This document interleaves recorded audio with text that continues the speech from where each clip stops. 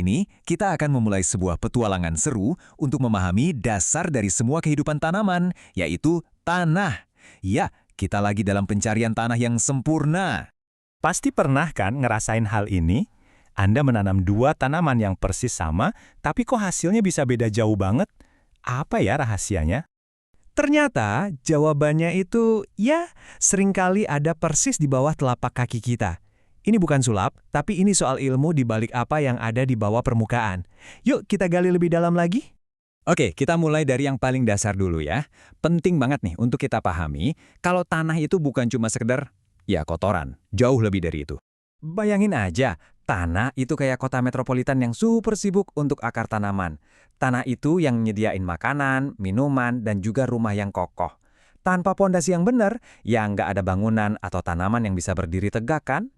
Nah, karena kita udah paham kenapa tanah itu krusial banget, sekarang waktunya kita kenalan sama para karakter utamanya dalam pembahasan kita kali ini, 7 jenis tanah pertanian yang paling utama. Sumber kita hari ini nunjukin ada 7 jenis tanah pertanian, dan masing-masing itu punya kepribadiannya sendiri-sendiri loh. Mulai dari tanah pasir yang gampang kering, sampai aluvial yang subur banget. Masing-masing punya kelebihan dan kekurangannya. Yuk kita bedah satu persatu. Mari kita mulai dari yang paling pop ya, tanah-tanah yang ibaratnya emang udah dari sananya jadi pilihan terbaik buat hampir semua pekebun. Anggap aja mereka ini murid-murid teladan di kelas. Nggak perlu banyak dibantu buat berprestasi, karena emang dasarnya udah pinter. Oke, mari kita lihat para bintang ini.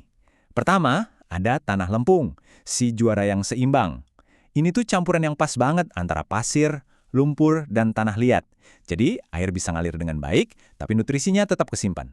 Terus, ada tanah vulkanik, si pembangkit tenaga.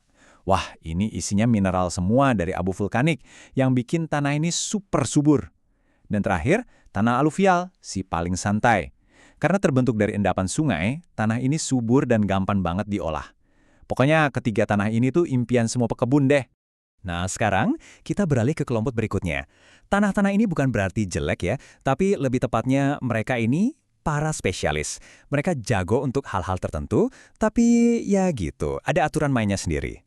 Kunci buat tanah-tanah ini cuma satu, pemahaman. Kalau kita tahu apa yang mereka butuhkan dan apa yang mereka tawarkan, kita bisa ciptain kondisi yang sempurna buat tanaman yang tepat.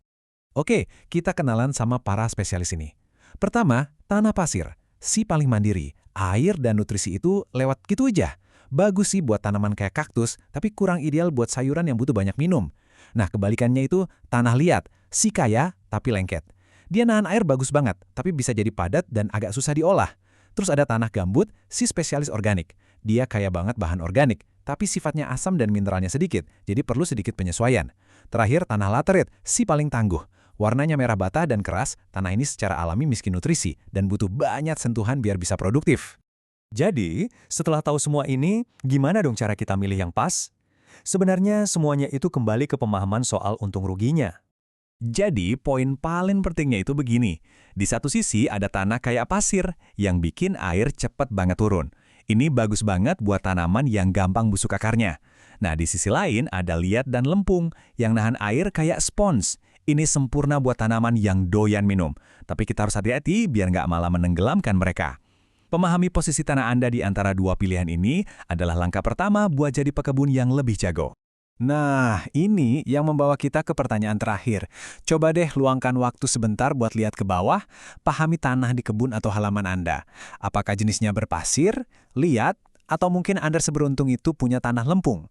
Mengetahui jawabannya adalah langkah pertama dalam perjalanan Anda menuju kesuksesan berkebun. Dan ingat, hampir semua jenis tanah bisa diperbaiki dan dibikin subur kok.